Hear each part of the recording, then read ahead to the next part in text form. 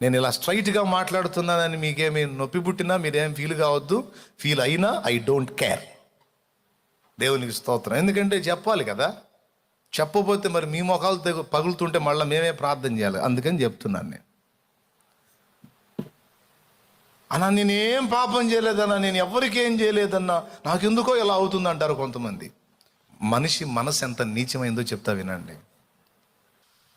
ఈరోజు చెప్తున్నాను, నీ ఇంటివారు కావచ్చు, యువర్ ఫ్యామిలీ, నీ సమాజం కావచ్చు, నీ సంఘం కావచ్చు, నీ కుటుంబం కావచ్చు, నీ ఇరుగు పొరుగు కావచ్చు, ఎవరైనా సరే నీ గురించి నోరు తెరచి మాట్లాడినప్పుడు నువ్వెంత, నీ బతుకెంత అని మాట్లాడినప్పుడు నువ్వు మౌనం అయిపోవాలి. అప్పుడు దేవుడు కదులుతాడు.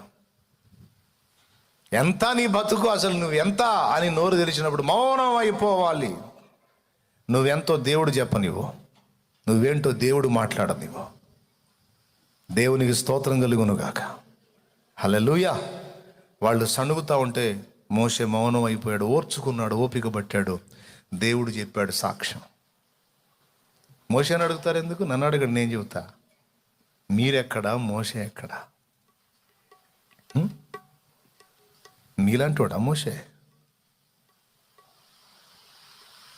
నా ఇల్లంతటిలో, టోటల్ ఇశ్రాయేలు జనాంగం మొత్తంలో, దేవుని ఇల్లు అంటే ఇశ్రాయేలు జనాంగం మొత్తంలో కూడా మోషే లాంటి నమ్మకమైన వాడు నాకు కనపడలేదన్నాడు.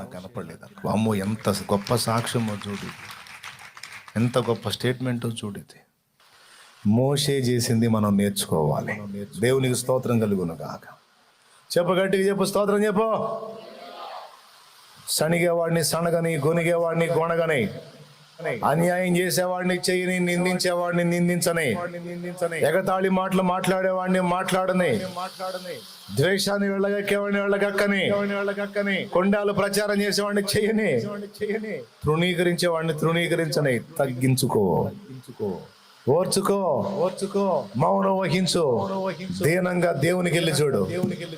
నీ పక్షంగా దేవుడు నోరు తెరచిన నాడో నీకు వ్యతిరేకంగా మాట్లాడిన గొంతులన్నీ మోగబోతాయి. ఆ స్వరాలన్నీ ఆగిపోతాయి. గడగడ గడగడ వణికిపోతాయి. నా సేవకుడైన మోషేకి విరోధంగా మాట్లాడటం మీరు ఎందుకు భయపడలేదు అని గద్దించి మాట్లాడితే అప్పుడు నోరు తెరిచాడు మోషే.